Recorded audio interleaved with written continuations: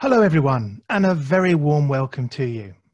My name is Richard Orme from the DAISY Consortium, and I'm your host for today's webinar, The Accessible EPUB Ecosystem in Action. Each week, we ask our audience for their ideas for future sessions, and this is one of those. Over the last few weeks, we've featured publishers who create great publications. We've talked about accessible platforms such as VitalSource and RedShelf. We've discussed creating accessible resources such as math and image descriptions and the importance of accessibility metadata. Well, Michael from Benetech thought it would be great to describe how it all fits together, describing the journey from publisher to student. We thought this was such a great idea, we asked Michael to lead the presentation and recruit the other speakers. Okay, let's get started. Our panelists today will each talk about different stages in the journey, and Michael will be our tour guide.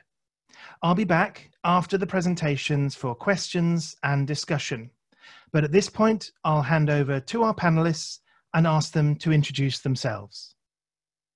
Hi, my name is Rachel Comerford. I'm the Senior Director of Content Standards and Accessibility at Macmillan Learning. Hello, this is Trisha Previtt. I'm an e-learning librarian and associate professor at Southern New Hampshire University, and I'm very excited to be with you all today. Hi, this is Brendan DeSetti. I'm the Director of Government and Stakeholder Relations for D2L, or you might know us as Desire to Learn, a learning management system provider. Michael Johnson here, Director of Content Partnerships for Benetech.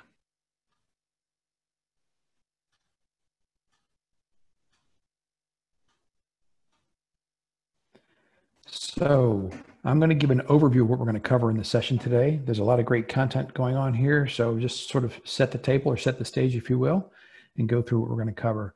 The first part, and perhaps the most important part in the whole conversation today, is all of this is already happening. Where you're going to see some screenshots, this is all happening live in a variety of places, and we're going to show you examples of what is going on. So this is not a theory, this is not a sandbox, it's all actually happening now.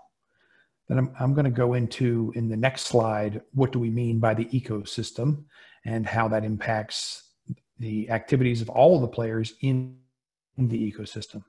Then Rachel will cover both the publisher workflow, the hows and the whys of how Macmillan has gone through the process to build born accessible content, and then we'll show you some of the Macmillan content which is available at retail today. Then we'll shift over to Trisha, who's going to give us the lowdown on what's happening on campus. Southern New Hampshire University has both an in-person campus and an online campus, and she's going to talk about what they're doing as it relates to accessibility and show you all that is going on in that dual reality of Southern New Hampshire University. Then we're going to go to Brendan to talk about what Desire to Learn, or D2L, is doing as it relates to accessibility. They have a long history in this, and he's going to show you some examples of what things look like, and also going to talk about the ecosystem inside of the learning management system. I'll do a quick summary, and then we will switch over to Q&A and discussion on what we've covered today. So I'll jump right in and remind everybody that all this is happening right now. Publishers are creating fully accessible EPUB files. Many of them are working with Benetech in our Global Certified Accessible program. That's the third-party certification that we run. Some publishers are self-certifying at this stage just to kind of get their sea legs, as it were, to make sure that their internal operations are creating quality EPUBs. And various places around the world, there's some other organizations that offer certification of certain types. Accessible EPUBs are already available for sale. We're going to show you a retail site today that already has those available for sale. And so this is another thing where it's not just an idea, it's coming soon, it's coming next year, it's already here, already happening. And there are reader software available which supports the accessible EPUBs. And that's an important part of all this, because naturally, if we had accessible EPUBs available and the student couldn't have a good reading experience, then we've wasted all of that time and effort. And as will be demonstrated by Tricia, campuses are already buying this content, and they're changing policies around how they buy content, whether it's in the library or perhaps recommendations for course materials, to include specific language around ensuring that the person who provides the content, the organization that provides the content, is doing so in an accessible manner. And then, as I mentioned, we'll hear Brendan talking about the learning management system support. And that is also live and happening. And as it relates to Desire to Learn, as I said, they have a long history on working on accessibility. So that's what's happening now. So when we talk about the ecosystem, the most important point here is once the work is done, then the work starts, right? So the work done being once the content is created as born accessible and is fully accessible at the content creation point, whether it's an organization, a textbook publisher, a trade publisher, whatever it happens to be. If all of the books were already perfect in the morning, that would be outstanding.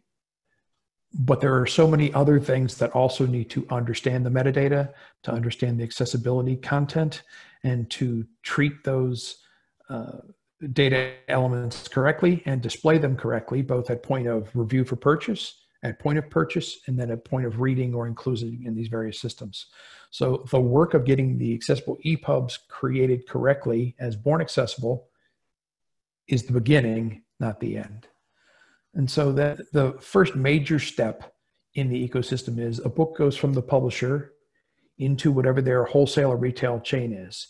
So this could be going into Vital Source or Red Shelf, which is mentioned earlier, whatever the college bookstore environment has to be, or a library book supplier. So the first big step here is the publisher gets the book fully accessible, and then they release it, if you will, into the wholesale and retail channel. Then the title becomes available for selection for purchase. This might be a student going directly to their online college bookstore and buying a textbook or buying a supplemental material for their class.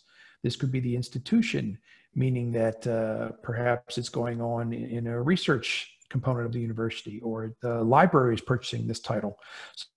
So there's this step once the title is released in the wholesale and retail channel where there's title selection for purchase. So that's another set of systems and another group of organizations which need to be prepared to work with the accessible content. The title would need to be included in the syllabus. So again, there, whatever accessibility metadata is available should be displayed in the syllabus so the student knows whether this title is accessible and what level of accessibility is available. And then once all of that happens, then the title will show up in the learning management system, the library management system, or a variety of other campus systems. So that's a quick sketch on the many, many stops along the ecosystem. And we'll let Rachel tell you about what the publishers are up to. Hi there. So I was asked why publishers should invest in accessibility. And I do feel at this point that I'm preaching to the choir a little bit, and I'm sure that all of you who are on the call are on this call because you already know that this is important. But it's worth repeating that you or somebody that's close to you has benefited from accessibility work at least once in the last year, probably in the last month, probably in the last week, whether or not you consider yourself disabled. And to support this, I pulled the definition from WebAIM. If you want to look this up, it's webaim.org/intro. And the people who are affected by accessibility are the blind, deaf, low vision, dyslexic, learning disabled users, people with cognitive disabilities and neurological issues, people with slow internet, old technology, and mobile devices. Users with temporary disabilities, such as a broken arm, users with situational disabilities, such as a noisy or dark room, the aging population, basically everyone. And I also included a resource here in case you are still trying to build a business case, whether you're working for a publisher, working for a campus, or working for a learning management system. There is a great resource at the W3C from the Education and Outreach Working Group. You can find it at www.w3, I'm gonna say that slower, www.w3.org/WAI/business-case. And that's a great resource for building a business case for why accessibility is important. And basically, why should a publisher invest in accessibility? I mean, you can make the argument that this is the human thing to do. This is the right thing to do. This supports users. If that doesn't work, you can make the argument that this is the only way that you are going to continue to make money. This is a huge audience, and you would be doing a disservice to your customers, and ultimately would lose them if you didn't continue to support accessibility in your content and in your products. At Macmillan, we made a pretty significant change to our products and our accessibility and our workflows in order to introduce accessibility into our environment. This change started many years ago. And in order to give you an overview of the work that we had done, I tried to break it down into the different elements of our environment. So what I've done here is I broke this down into the data that we used in order to make the decisions that we made, the people that we either were influenced by or that we influenced. And then, of course, the content and the platforms that we produce and send out to our customers, and how those ultimately fed into an end product. To give you a better understanding of what data we were using in order to make these decisions, we reached out to the higher education community through an advisory board in order to gather more information about what they needed from us and what was lacking in the products that were already available. We looked through accessibility requests, customer service requests. We talked to students and instructors. We wanted to see what the biggest stumbling blocks had been and what users were reporting when it came to accessibility issues. The other side of that was talking to customers about things that they weren't reporting as accessibility issues, but that we could recognize as related to accessibility. So that included things like, how do we get more time on quizzes, and similar accommodations for students. And then we also talked to third-party consultants. We have a third-party consultant that reviews all of our products in order to do our audits and our VPATs. We have tons of working groups that we're involved in, and industry specialists that we talk to, including Benetech and Daisy, who's hosting this webinar. And they had a huge influence on the work that we did in terms of our workflow and our development. So from there, we started to use that data in order to establish personas, sort of representations of customers that were using our products and how their accessibility needs could be represented as we did sample workflows through our products. So this led us back to those questions about who was using accessibility and what it meant to be accessible and how we made our products accessible. We have a standard set of personas that we use when we're reviewing our products. Amelia Frank, who's on the screen right now, is one of our personas. She is a student with a memory deficit. And so when we're reviewing our content and reviewing our platforms, we review them with Amelia in mind, as we review with a number of other personas in mind. We consider Amelia's background and the accessibility needs that Amelia has, as well as the WCAG guidelines, the WCAG Web Content Accessibility Guidelines that impact her regular user experience. But for those of you who have spent a lot of time with personas and have spent a lot of time with standards, you know as well as I do, it can make things as impersonal as we'd like to make them personal. So standards themselves are probably the saddest bedtime reading I've ever had. And I feel for anyone else who's tried to put themselves in the same position.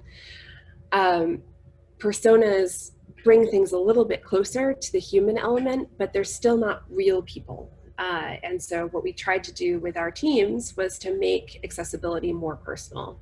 We started looking at training that went beyond general intro to what WCAG was and what accessibility is. So we used examples from our own products. We focused on very specific work areas like user experience, design, editorial. We demoed accessibility related experiences. A lot of our team members had never seen a screen reader in use, but then beyond a screen reader, a lot of our team members didn't understand why color contrast was so important. So being able to replicate that experience and give them some idea of what that was like really made a difference to their understanding of the products that they were building and the audience that would be using it. And finally, we started looking at more in-world examples. blindnewworld.org is one of my favorites to point to. This is run out of Perkins, and it gives personal stories about human beings who are actually living their lives and how they use products. And this makes a huge difference when people are sitting down and trying to build a product, and instead of thinking about person X or Amelia, they're thinking about that person who they just watched skydiving, and it brings a new element to their relationship to the customer. In addition, we also wanted to have more in-house support. We wanted the conversation to be a lot easier to have about accessibility. And so we introduced a accessibility Slack channel so that people could have a place that they could go anytime they wanted with these questions. Office hours where we had accessibility experts, including assistive technology users, coming to answer questions for our developers and for our content team, so that they could better understand the impact that their product was having. And of course, a dedicated email address so that anybody could reach out at any time and have sort of a safe space to ask their questions without worrying about being judged by a broader audience. And then that brought us to the actual development of the content and the platforms. The easiest way to differentiate between these two is the content is the stuff that changes from one course to another. The platform is the thing that doesn't change. So content is videos and platform is the video player. So for our videos, we worked to make sure that we were doing closed captioning. We've started introducing audio description. There's transcripts. We made a serious investment in industry standards, whether it was HTML, the EPUB standards, and the accessible EPUB standards, working with the IMS-QTI standard for assessment questions. And then in the platform, it was making sure that we were doing both automated and manual testing for all of our platform elements. So making sure that the navigation and read order was sensical, that the buttons and the form fields were coded correctly, that there was proper contrast, and that we were meeting all of the other standard WCAG elements. We also wanted to establish standards in-house. So we made sure that accessibility wasn't just one person's role, that every single person that was creating this content understood how they were impacted by accessibility and their role in making sure the product was accessible. We made sure that the requirements that had impact in a specific area were identified for those people. So if a developer doesn't have to worry about transcripts, then we sort of removed that from their purview so that they weren't trying to solve for that problem. We provided as many automated testing resources as possible to try and clear out low-hanging fruit when we could. And then we created tons and tons and tons of documentation. We have implementations from specifications, so we have templates that people can use, we have models, and this even includes an EPUB that features all of the elements we've ever used in our texts so that they've been tested, and we have a sample that all of our content teams can see before they actually put them into one of our textbooks. From there, we were able to create documentation for all of those products. So we have a VPAT for everything we create. We create equally effective alternative access plans, EEAAPs, as well as accessibility roadmaps for all of the products that we're still working towards compliance for. We do put a customer-facing message about all of this on our website and try to keep it as clear and up-to-date as possible. That's at mcmillanlearning.com/accessibility. And we keep the dedicated email address for customer support, as well as our partnership with the accessibility organizations like accesstext.org and Bookshare. So that brings us to the final product. The one thing that I feel is the most important to say about what we're producing, and I feel as though I say this very often, and people are probably tired of hearing it from me, the most annoying, not true thing that you hear about accessibility are the words, "We have achieved 100% accessibility." And the reason for that is that every person has a unique experience. The needs and preferences of one individual aren't necessarily the same as the needs and the preferences of another. And what that means is that you are not going to have the same experience. 100% accessible you can be 100% in compliance with a specification, but it doesn't mean that the user experience is going to be perfect for every single user. And for me, accessibility is more about the user having a positive response than the compliance with the specification. It's a really huge message. It's important in the way that we support our products. But also in the final product is our certification. So we are global certified accessible, as Michael mentioned before. It was a rigorous testing process, and it was against standards that EdTech had set according to WCAG and the EPUB accessibility standards. We were the first to achieve certification, and every ebook that we produce and goes to market meets those standards. All of our channel partners get those ebooks, as do Bookshare and Access Text Network.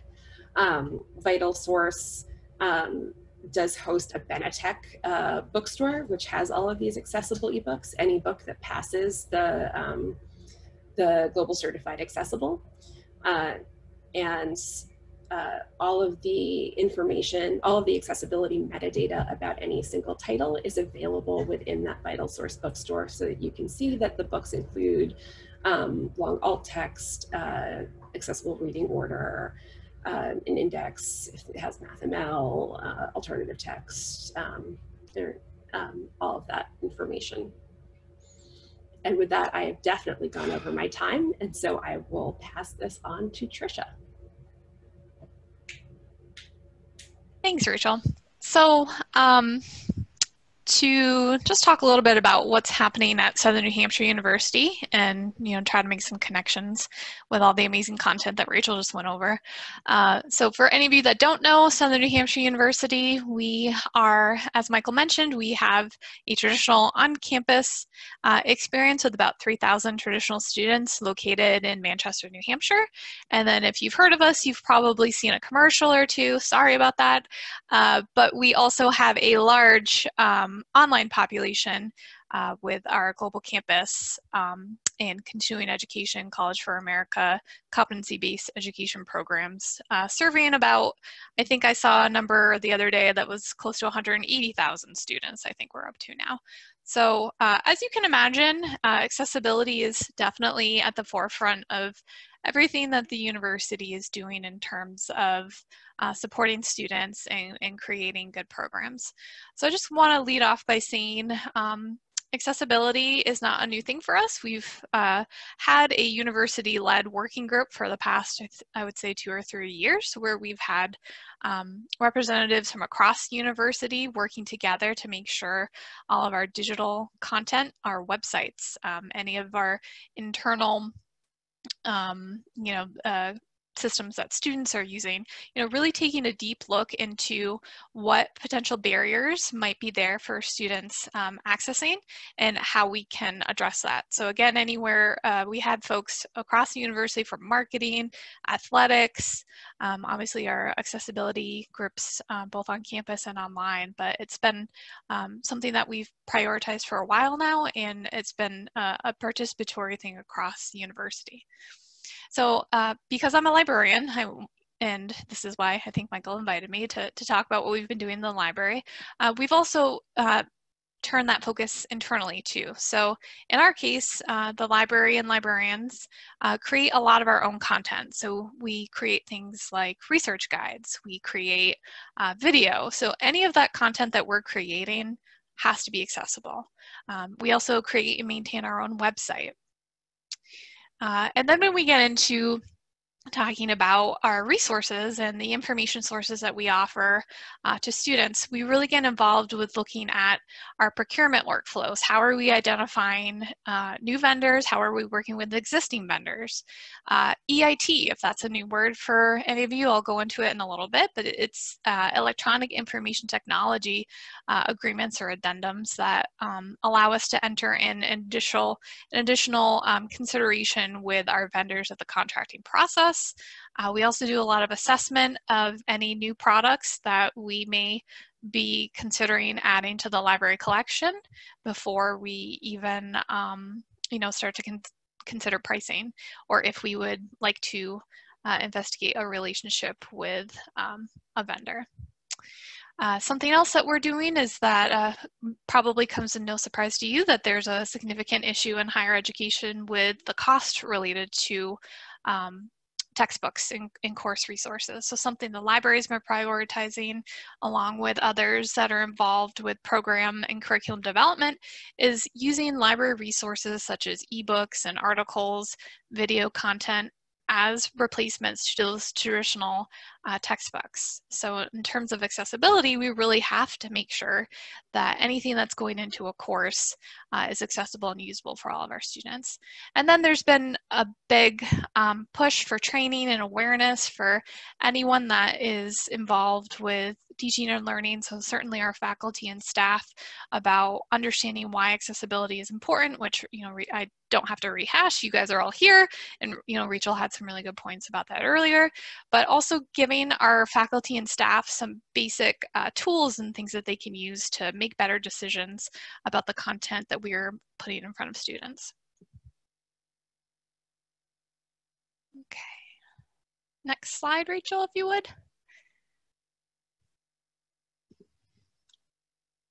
Thank you. All right, so getting more into the collection side. So I mentioned that we do a pretty rigorous assessment of both the platform and the content before we sign any new agreements. And we also do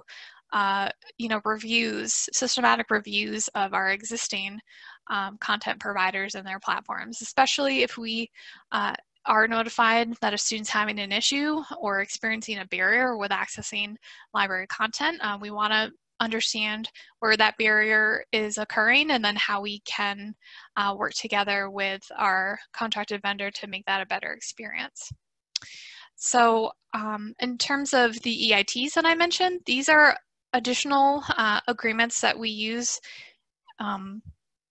in the contracting process, where basically that there is language stipulating what the university is expecting in terms of accessibility, if the vendor is going to be willing to work with us, if they're going to uphold certain standards such as the WCAG standards, and frankly just be willing to work with us. Nothing's going to be 100% accessible. I hope that we do get there in the future.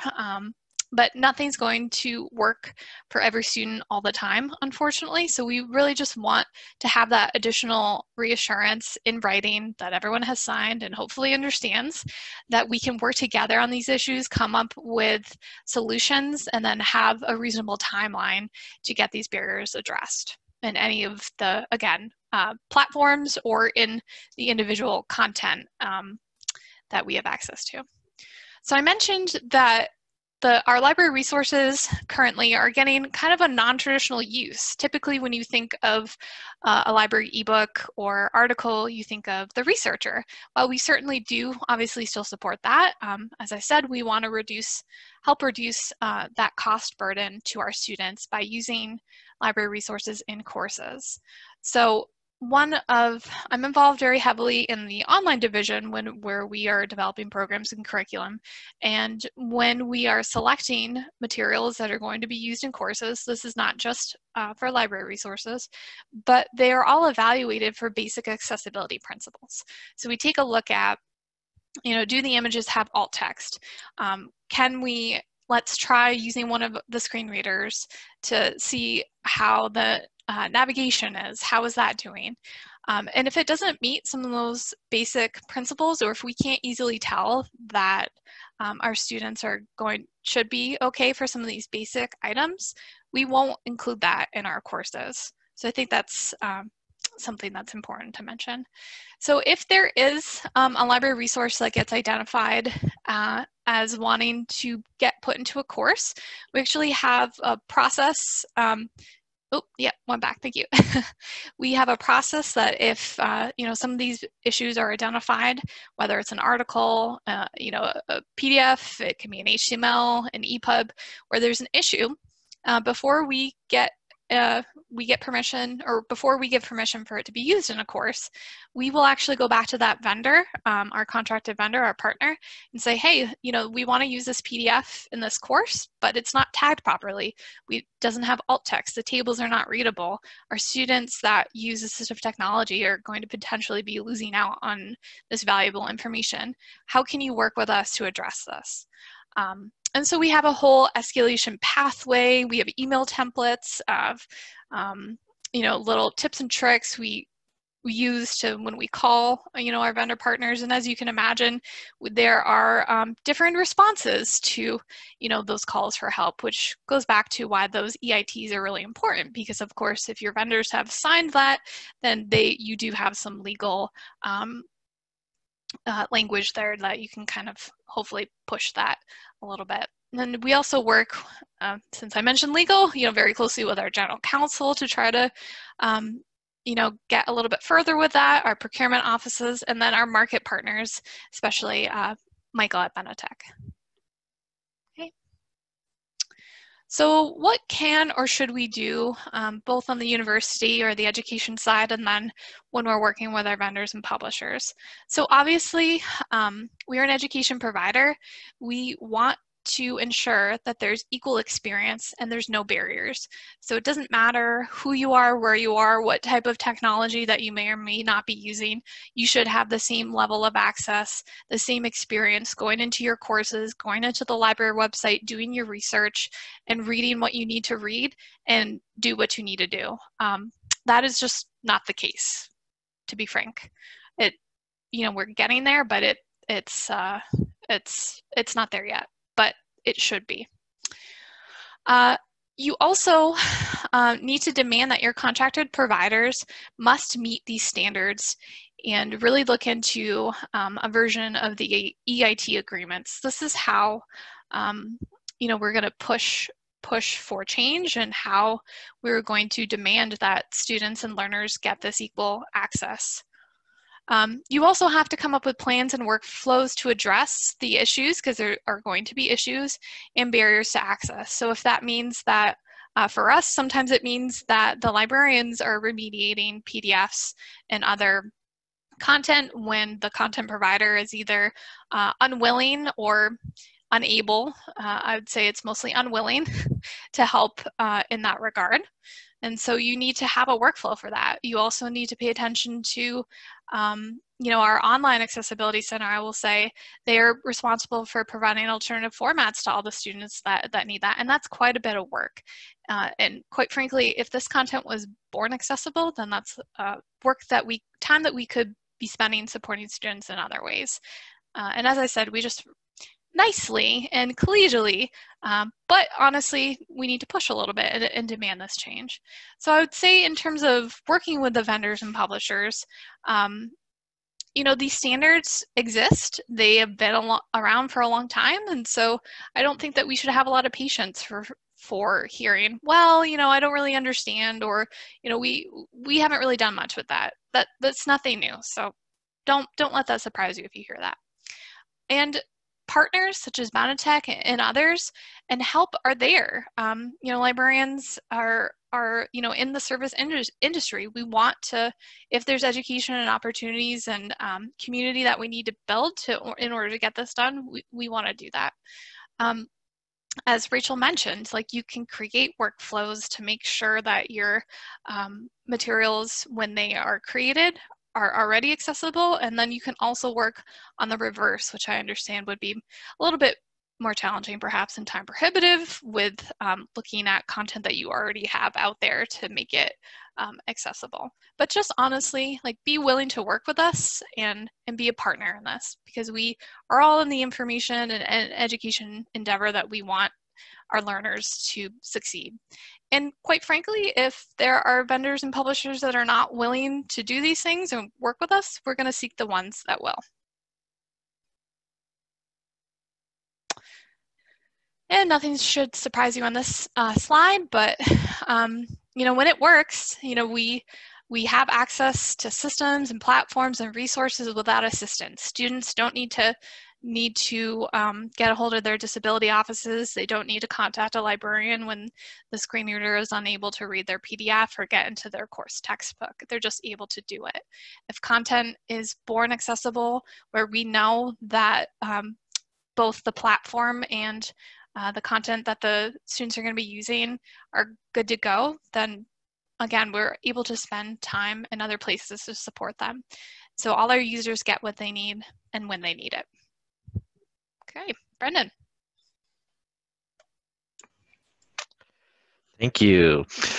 So as a platform provider, being D2L, we're a learning management system. So all the learning and content digestion by students and teachers happens within our platform at universities and in K-12 school districts and even in workplaces. So when we look at accessibility, we view it as a layered answer to the issue. So we refer to it as full stack accessibility, which means different things in different domains, and we focus on it in the online learning domain. So for us, those three layers of full stack accessibility are the platform, the process, and the content that has to all come together in order to be accessible. If one's missing or if one's just not fully conforming to accessibility needs, it doesn't matter. So when we build our platform, we want to make sure that the content that a publisher like Macmillan is developing can be viewed by the student, and that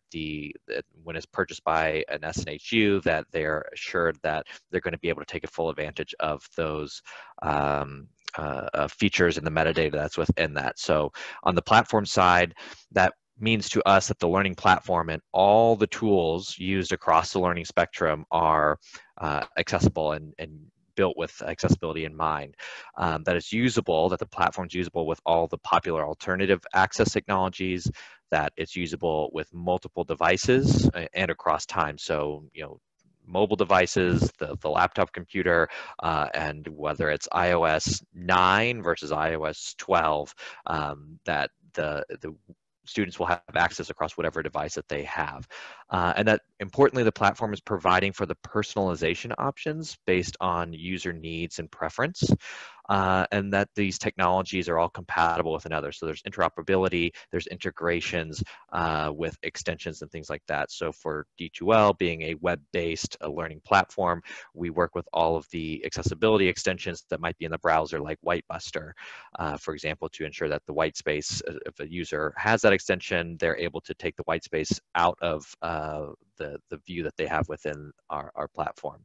On the process side of that full stack, that's the support for inclusive pedagogy and the practice of universal design for learning practices within the classroom. So there's still a responsibility on us as a platform to ensure that we are ensuring that the inclusive pedagogy is easy and the first thing that comes to mind for teachers. So the platform and the content accessibility that we've talked about before are probably like the simplest to achieve, and it's the process and pedagogical accessibility that relies on both of those actions and human action to really bring to the forefront. So if the platform has the features, the content's built for the features, then the instructors should be able to leverage those features, and we've designed our platform to raise that level of inclusivity up to the top rather than creating extra layers to add the inclusivity in after the fact.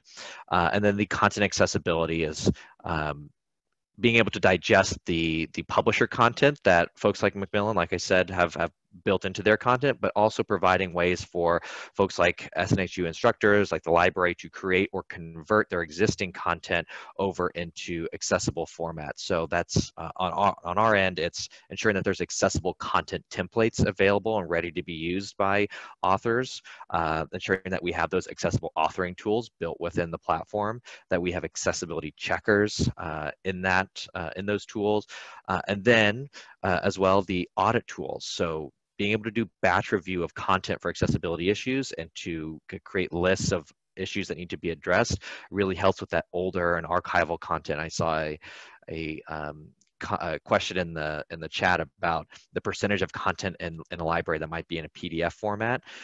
Catching that in batch reviews through audit tools is a great way to be able to pull that out and convert it over and with remediation tools, which we also would look to provide within a platform, so that if an instructor or a library is presented with a laundry list of issues that need to be addressed, that there's a dedicated suite of services for remediating some of those issues in a broader capacity.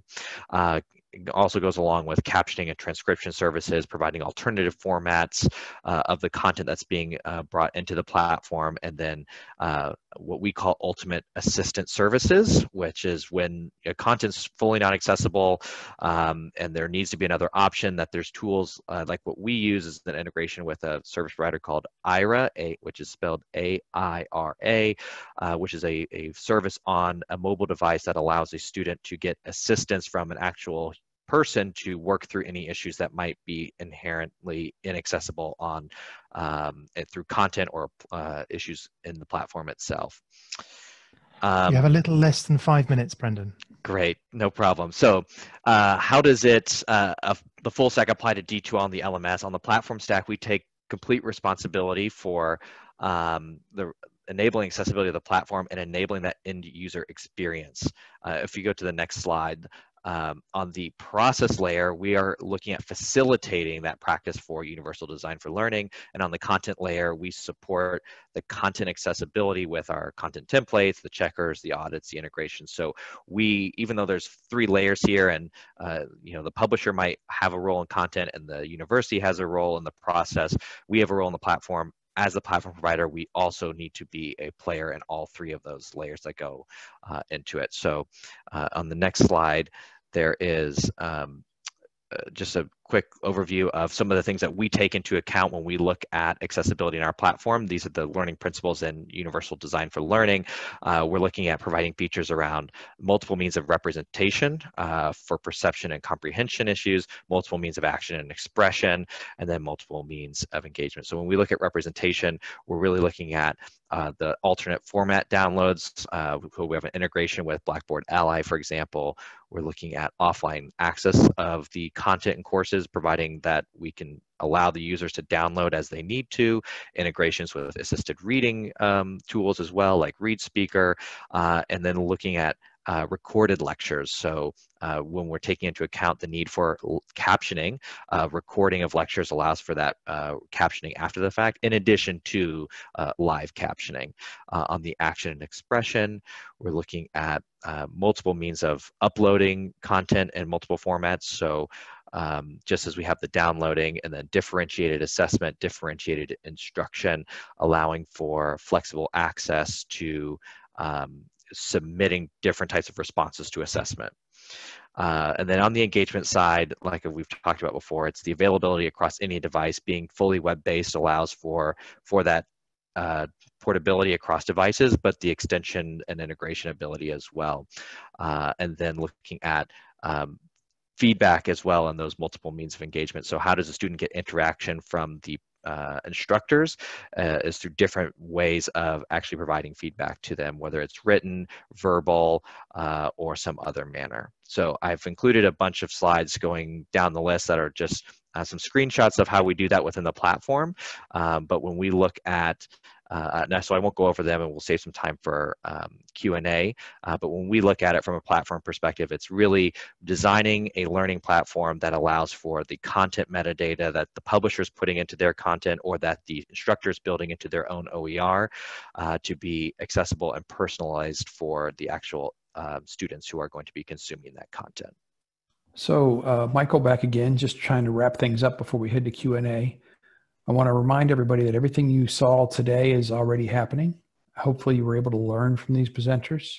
Perhaps at some point you'll be able to connect with them, and you can certainly build on what they're doing. Another point here is a Born Accessible EPUB, which is certified accessible, is just a better EPUB. It's better for all kinds of reasons: accessibility reasons, commercial reasons, lookup and indexing reasons.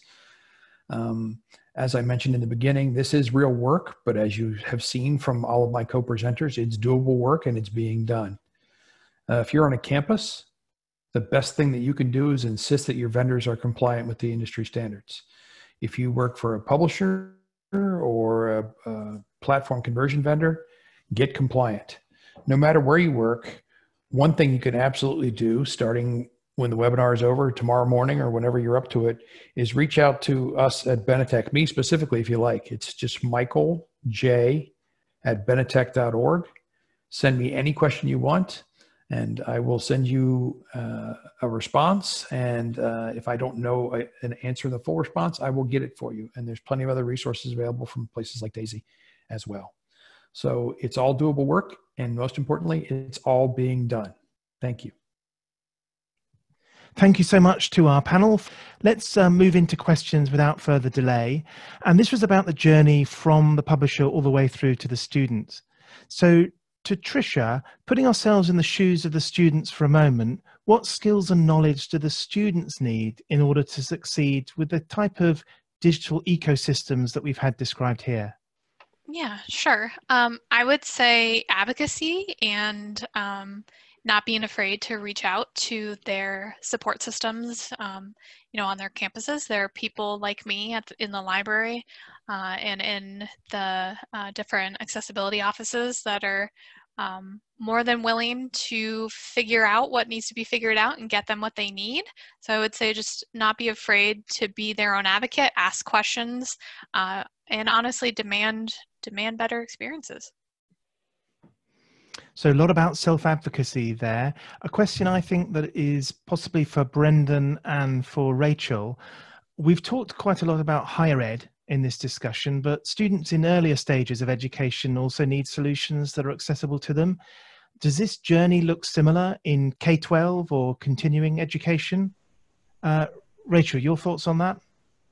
One of the things that I really like about the certification process is that it means that we're sending an accessible ebook out into the commerce world instead of providing an alternative to students in a different location. And this means that we're breaking this cycle for students where they need to go somewhere else in order to get an accessible book, while all of their colleagues, all of their peers are getting their textbook from Amazon, or they're getting their textbook from VitalSource, or they're getting their textbook from their instructor. And what I'm hoping is that these generations that are coming through K-12 right now are going to start getting into this habit of being able to look for accessibility labeling and advocate for accessible textbooks with their instructors and say, you should be looking for this. You should be buying and adopting accessible material so that they can get accessible textbooks in their classrooms and be able to just buy their material at the same time that all of their classmates are. That I think will make a huge difference across the board from K-12 to continuing education. And Brendan, you talked about K-12 in your presentation. Do you share Rachel's optimism for new generations coming through being more up to speed with this different way of working? Yeah, I would definitely agree. And what we're seeing really in the market is in the K-12 side is a much wider awareness by procurement officials and by districts at large of the need for accessibility of their digital textbooks, of their other digital technologies and platforms, and they're building this into their procurement processes. So they're actually asking about WCAG standards within their platforms, and so I think on the content side they're going to be looking at some of these labeling and certifications that they can rely on more. So I am very optimistic, and I think the difference that Rachel was pointing out, that on the K-12 side they purchase on behalf of their students, will lead to greater leaps of change that will happen as textbooks start to change over. And now that we are in this COVID cycle, the inequities that are really coming to the forefront in terms of ability of students with disabilities to be connected to their learning, I think is going to be a further boon for accessibility in that procurement cycle, that we're just going to see a big leap, I think, over the next couple of years. Well, Brendan, you talked about procurement there, and this next question to Tricia and then maybe to Michael. Are there implications for college and university budgets in this adoption of the digital ecosystem we've heard about, or in terms of affordability for students? Your thoughts on that, Tricia? Yeah, definitely. You know, I would love to see the budgets that we currently need to put in place to remediate content and to make sure that we are able to get students what they need after the fact can be moved into places, you know, kind of further up, you know, in this ecosystem, that if we don't have the need to have to do things after the fact to make sure that they're accessible, then that opens up, you know, more budget money to be able to put it in other places. So definitely it has an impact. And Michael, your thoughts on how we make that happen?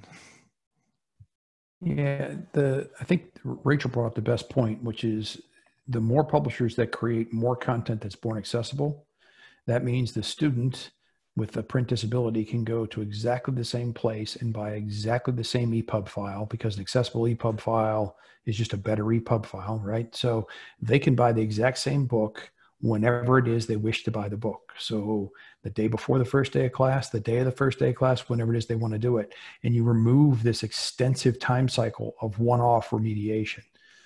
This will not only get the content to the student faster and at a regular competitive retail price, whatever that happens to be, but also allows the resources in the student services area to be focused on things which cannot be solved with something like an accessible EPUB. There could be additional, for whatever the reasons of the disability, additional needs that require things beyond the scope of what we're discussing today.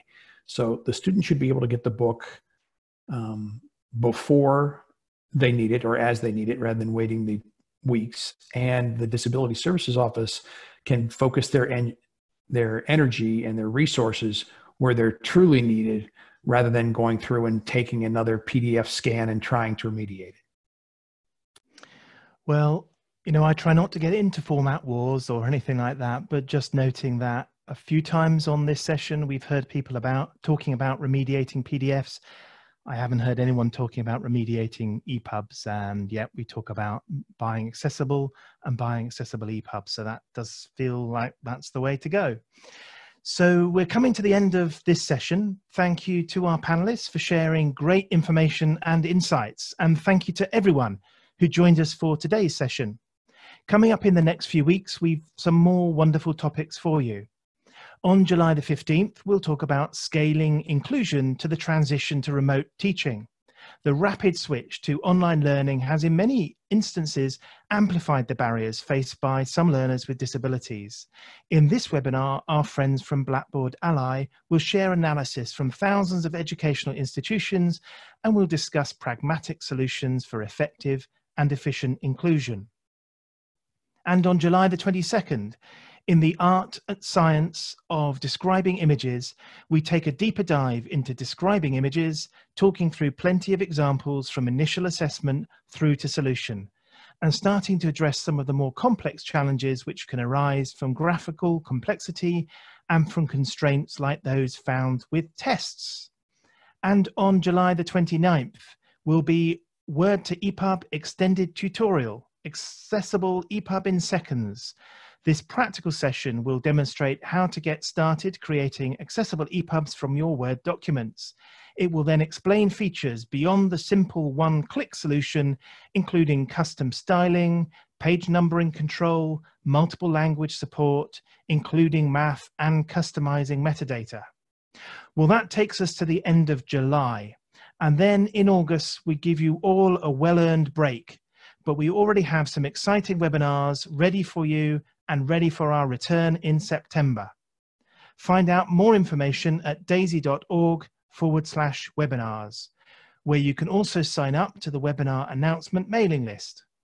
If you'd like to suggest a subject, or if you're considering presenting a webinar, then please email us at webinars@daisy.org. I hope you'll join us again next week. In the meantime, thank you for your time today and have a wonderful rest of your day. Goodbye.